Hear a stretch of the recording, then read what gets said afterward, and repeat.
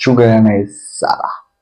এতদিন পর একটা সালা নিজের ধর্মের লোক পাস করেছে, বুঝলি কিনা। আর চাপ নাই ভাই, জীবন তো এখন মাস্ত। আগে অন্য কেউ পাস করতো, এখন ভাই পাস করেছে সে, বলেছে ভোটে জেতার পর সেই করে ভাই কয়েকদিন ধার্মিক গান বাজাবে ভাই, কোনো চাপ নেই। ভোটটা তো ভাই আমি তাকে দিব। ভাই কি দিব ভাই, আপনাকে কি দিব? আরে তো হালকা করে একটা কোল্ড ড্রিঙ্কস দাও তো, কোল্ড ড্রিঙ্কস, ঠান্ডা লাগছে।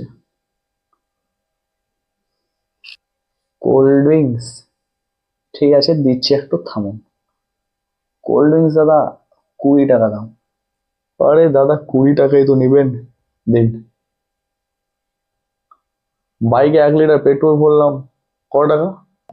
বাইকের পেট্রোলের দাম দাদা ওই 120 টাকা। কি? 120 টাকা?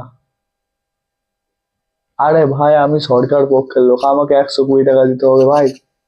দাদা আপনাকে তো ওই জন্য বলছি, আপনাকে 120 টাকাই দিতে হবে, সবার জন্য ফিক্সড রেট রেখেছে। দাদা 1 লিটার পেট্রোল নিলাম, দেখুন তো, আমার নাম রহিম, 120 টাকা গেছে কিনা। বে, ওই রহিম,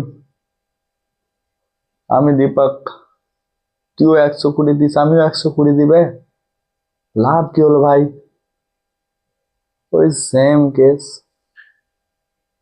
ভাই। আমরা সাধারণ মানুষ, খেটে খাওয়া মানুষ,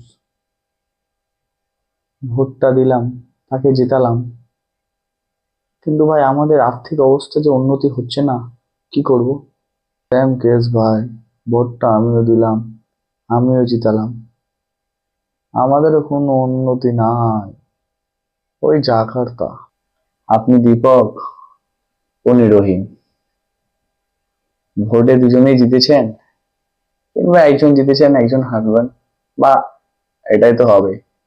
কিন্তু আপনি ভাবলেন আপনি জিতে গেছেন, আপনাকেও 120 টাকা দ্রব্যের দাম দিতে হচ্ছে। এটা সিগারেট যা আপনার কাছে, তা ওনার কাছে, এখানে পার্থক্য নেই। এখন বিলটা দিন, বাড়িতে যান, আপনার বিল 150 টাকা, আপনারও বিল 150 টাকা।